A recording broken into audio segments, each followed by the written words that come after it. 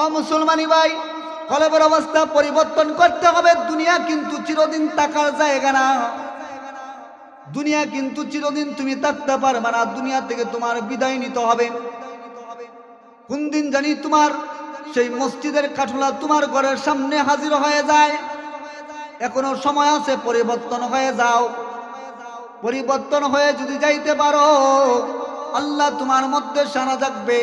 দুনিয়াও তোমার হয়ে গেল, আখিরাতও তোমার হয়ে গেল।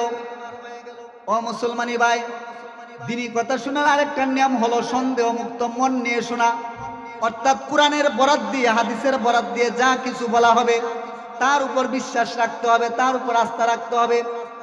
মনে করতে হবে আমি যা জেনে এসেছি তা ভুল, আমার জানাই ভুল থাকতেও পারে, আমার আমলে ভুল থাকতেই পারে। অতএব এখন কোরআন হাদিস থেকে আমি যা শুনবো তাই মানবো, তাই শিখবো। এই মন নিয়ে, এই চেতনা নিয়ে আমার দিনী কথা শিখতে হবে। দিনী কথা শোনার ক্ষেত্রে, কোরআন হাদিস বুঝার ক্ষেত্রে নিজের যুক্তিকে কিন্তু মাপকাঠি বানানো যাবে না। অনেক সময় আমার যুক্তিতে ভালো লাগতে পারে, খারাপও লাগতে পারে। অনেক সময় আমার কাছে খারাপটাও ভালো লাগতে পারে, আবার ভালোটাও খারাপ মনে হইতে পারে। অনেক মুসলমান ভাই বলেও থাকেন যে এত ওয়াজ নসিহত হয়, এত দিনই কথাবার্তা হয়, এত দিনই আলোচনা হয়, কিন্তু মানুষের মধ্যে কোনো পরিবর্তন আসে না কেন? আসলে পরিবর্তন না আসার মূল কারণ হলো আমরা পরিবর্তন আনার নিয়তে শুনি না। শোনার নিয়ত আমাদের সহি থাকে না। প্রত্যেকটা আমলের একটা সহি নিয়ত আছে। ওয়াজ নসিহত শোনা, দিনী কথাবার্তা শোনা, দিনী আলোচনা শোনা, এরও একটা সহি নিয়ত আছে। সেই সহি নিয়তটা কি? সেই সহি নিয়তটা হলো আমল করার নিয়ত। আমলের নিয়তে শুনতে হবে, আমলের নিয়তে শিখতে হবে। আমি শুনবো এবং শিখব আমার আমলের মধ্যে যেসব ত্রুটি আছে সেগুলো সংশোধন করার জন্য, যেটা জানি না সেটা জানার জন্য, এবং তার উপরে আমল করার জন্য। আল্লাহ নবী সাল্লাল্লাহু আলাইহি সাল্লাম তার হাদিসের মধ্যে বলেন, ইন্নামাল আমালু বিন্নিয়াত। ও মুসলমান উম্মত, এই হাদিসের ছোট্ট একটা ব্যাখ্যা হলো প্রত্যেকটা আমলের ফল হয়ে থাকে নিয়তের ভিত্তিতে। ওয়াজ নসিহত শোনার ক্ষেত্রে যদি তোমার নিয়ত যদি সহি থাকে তাহলে সহি ফল পাওয়া যাবে। আর যদি ওয়াজ নসিহত শোনার ক্ষেত্রে যদি তোমার নিয়ত যদি সহি না থাকে তাহলে সহি ফল পাওয়া যাবে না। নিয়ত থাকতে হবে আমল করা, ভুল সংশোধন করা, ত্রুটি বিচ্যুতি দূর করা, আর এভাবে আমার মাওলা তাআলাকে রাজি খুশি করা। এই নিয়তে ওয়াজ নসিহত শুনতে হবে এবং এই নিয়তে ওয়াজ নসিহত শিখতে হবে। অন্য কোনো নিয়তে শুনলে তা হবে গলত নিয়ত। আর গলত নিয়তে যারা দিনী কথাবার্তা শুনে বা শিখে, হাদিসে খুব কঠোর ভাষায় তাদেরকে হুঁশিয়ার করে বলা হয়েছে, মান তালাবাল ইলমা লিউজারিয়া বিহিল উলামা আও লিউমারিয়া বিহিস সুফাহা আও লিয়াসরিফা বিহি হুজুহান নাসি ইলাইহি ফাহুয়া ফিন্নার। এই হাদিসে মানুষ কি কি গলত নিয়তে দিনী কথাবার্তা শুনে বা শিখে সেগুলো বলা হয়েছে। যারা দিনী কথাবার্তা শুনে এই উদ্দেশ্যে যে মূর্খদের সাথে তর্ক করবে, যারা জানে তাদের উপরে জ্ঞান ফলাতে পারবে, জ্ঞানের ফুটানি দেখাতে পারবে, কিংবা এই উদ্দেশ্যে যে জ্ঞানী হিসেবে লুকে তাকে জ্ঞানবান বলবে, কোনো মজলিসে গেলে প্রধান আলোচক হতে পারবে এবং কোনো মজলিসে গেলে প্রধান অতিথি হতে পারবে, এই সমস্ত গলত নিয়ত যাদের মধ্যে থাকে, হাদিসের শেষ ভাগে বলা হয়েছে ফাহুয়া ফিন্নার, অর্থাৎ তারা জাহান্নামী। অন্য এক হাদিসে অল্প কথায় বলে দেওয়া হয়েছে, মান তালাবাল ইলমা লিগাইরিল্লাহি আও আরাদা বিহি গায়রাল্লাহি ফালইয়াতাবাওয়া মাকআদাহু মিনান নার। ও মুসলমান উম্মত, যেই ব্যক্তি আমার মাওলা তাআলাকে সন্তুষ্ট করা উদ্দেশ্য ছাড়া অন্য কোনো উদ্দেশ্যে তিনি জ্ঞান অর্জন করবে, তার ঠিকানা হবে জাহান্নাম। এই দুটি হাদিস নিয়ে যদি আমরা চিন্তা করি তাহলে বুঝতে পারবো আসলে আমরা দিনী কথা যা শুনি বা শিখি এগুলো যদি একমাত্র আল্লাহ তাআলাকে রাজি খুশির উদ্দেশ্য না হয়, অন্য কোনো উদ্দেশ্যে হয়, তাহলে গলত নিয়ত হয়ে যাবে। আর যদি আল্লাহকে রাজি খুশির নিয়তে শোনা হয় এবং আমি যা জানি না সেই বিষয়ে আল্লাহ পাক আমাকে সহি জ্ঞান দান করবেন। ও মুসলমানি ভাই, আল্লাহ নবী সাল্লাল্লাহু আলাইহি সাল্লাম তার হাদিসের মধ্যে বলেন, মান আমিলা বিমা আলিমা আও রাসাহুল্লাহু তাআলা ইলমা মা লাম ইয়ালাম। ও মুসলমান উম্মত, যে ব্যক্তি যতটুকু জানে সে অনুযায়ী যদি আমল করে, তাহলে সে যা জানে না সেই বিষয়ে আল্লাহ তাআলা তাকে সহি জ্ঞান দান করবেন। অতএব বোঝা গেল যে যতটুকু জানে সে অনুযায়ী যদি আমল না করে, তাহলে তার ব্যাপারে সেই সহি ইলম আসবে না। অতএব যতটুকু জানি, যতটুকু শুনি, ততটুকু যদি আমি আমল করি, তাহলে যা জানি না সেই বিষয়ে আল্লাহ তাআলা আমাদেরকে সহি জ্ঞান দিবেন, এবং তাহলেই সহি জ্ঞান আসবে। আর সহি জ্ঞান আসলে সহি আমল আসবে। আমরা আমল করি না, তাই সহি জ্ঞানও আসে না। ও মুসলমান ভাই, সাহাবাই কেরামের এরকম অনেক অভ্যাস ছিল। তারা বিশ্বনবী, মায়ার নবী রাহমাতুল্লিল আলামিনের দরবারে আসতেন, যা কিছু শিখে যেতেন সেটার উপর আমল না হওয়া পর্যন্ত তারা আল্লাহ নবী সাল্লাল্লাহু আলাইহি সাল্লামের দরবারে আসতেন না। এরূপ অনেককে জিজ্ঞাসা করা হইতো, কি ভাই আপনাকে যে আল্লাহ নবী সাল্লাল্লাহু আলাইহি সাল্লামের দরবারে দেখলাম না।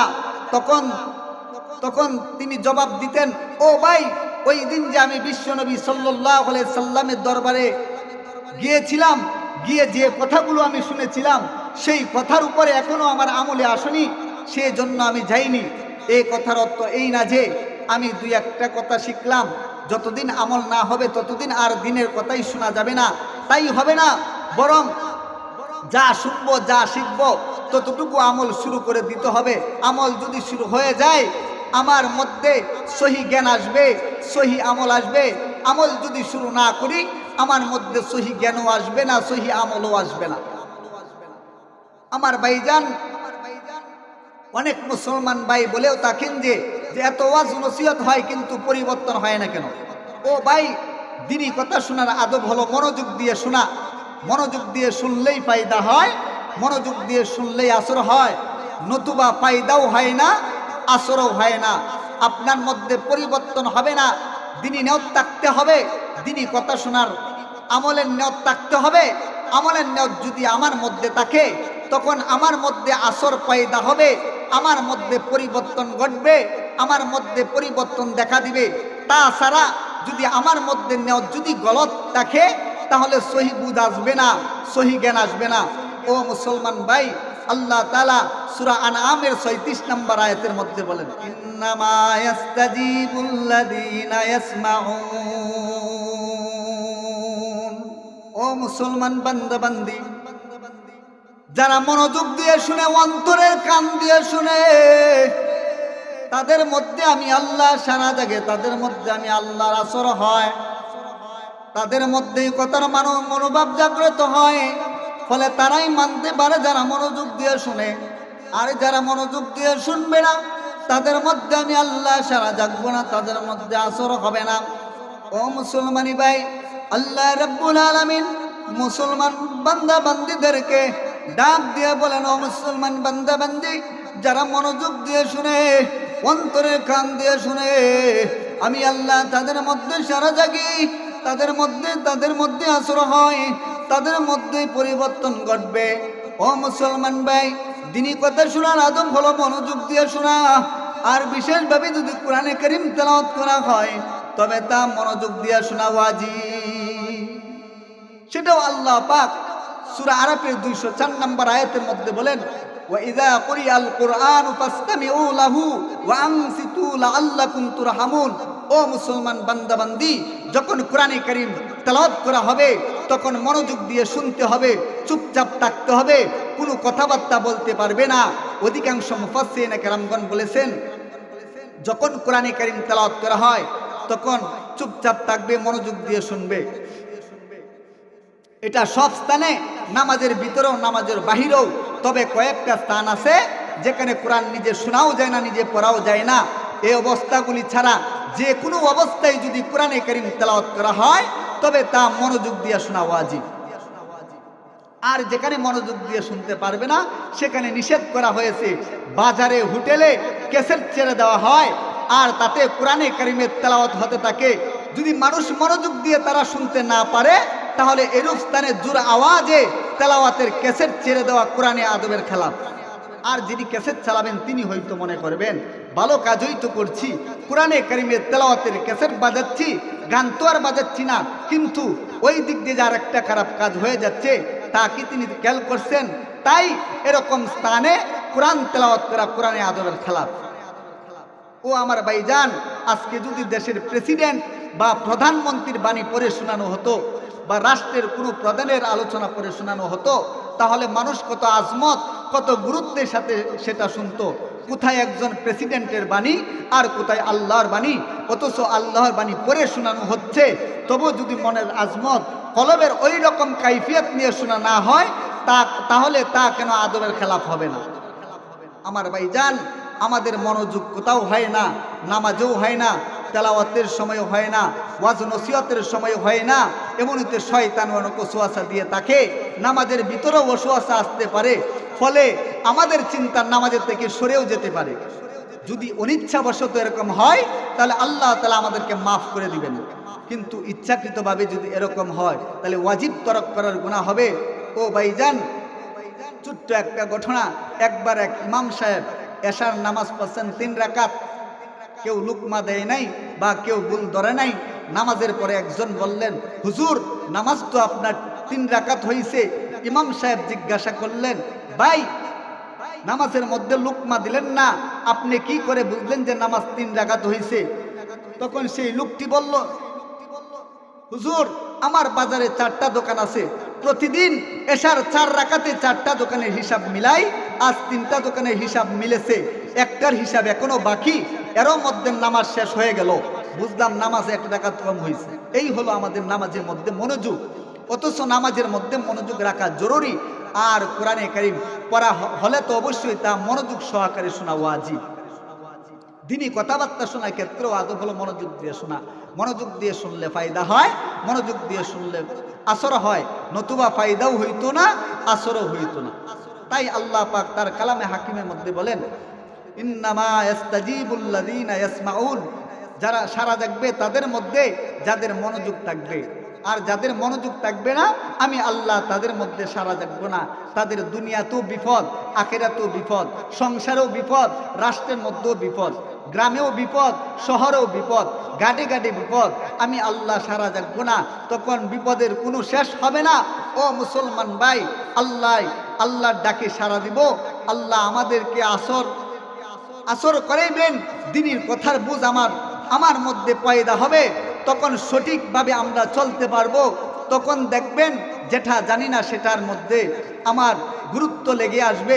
আল্লাহ পাক সেই গায়বীভাবে আমাদেরকে ইলম দান করবেন। নামাজ জানি না, নামাজের মধ্যে দাঁড়িয়ে যাব, পড়তে পড়তে এক সময় দেখবেন নামাজের জজবা আপনার মধ্যে তৈরি হয়ে গেছে। যে নবীজি বলেছেন, মান আমিলা বিমা আলিমা আও রাসাহুল্লাহু তাআলা ইলমা মা আলাম ইয়ালাম, যে ব্যক্তি যতটুকু জানে সে অনুযায়ী যদি আমল করে তাহলে সে যা জানে না সেই বিষয়ে মাওলা সহি জ্ঞান দান করবেন। ও মুসলমানি ভাই, আমরা মনোযোগ দিয়ে শুনি না, তাই সহি জ্ঞানও আসে না। দ্বীনি কথা শোনার আরেকটা আদব হলো ভয় নিয়ে শোনা। আগেও বলা হয়েছে যে ভয় আনতে হবে এইভাবে যে আল্লাহ রাব্বুল আলামিনের কথা শোনানো হচ্ছে, আল্লাহর রাসূলের কথা শোনানো হচ্ছে, এরকম চিন্তা করে ভয় আনতে হবে। ভয় যদি আনতে পারেন তাহলে আপনার মধ্যে পরিবর্তন হয়ে যাবে। কিরকম ভয় থাকতে হবে? আল্লাহ রাব্বুল আলামিন সূরা আলার 10 নম্বর আয়াতের মধ্যে বলেন, সায়াযাক্কারু মান ইয়াখশা। ও মুসলমান বান্দা বান্দি, উপদেশগণ আসবে তার মধ্যে যার ভিতরে আমি আল্লাহ পাকের ভয় থাকে। ও মুসলমানি ভাই, কোরআন হাদিসের সব কথা বলে দেওয়া হয়েছে, শুধু আমরা খুঁজে বের করতে পারি না। আমরা উপদেশের কথা শুনি, নসিহতের কথা শুনি, কিন্তু নসিহত আসে না কেন? আমার ভিতরে সেই ভয় নাই, তাই আমার মধ্যে নসিহত আসে না।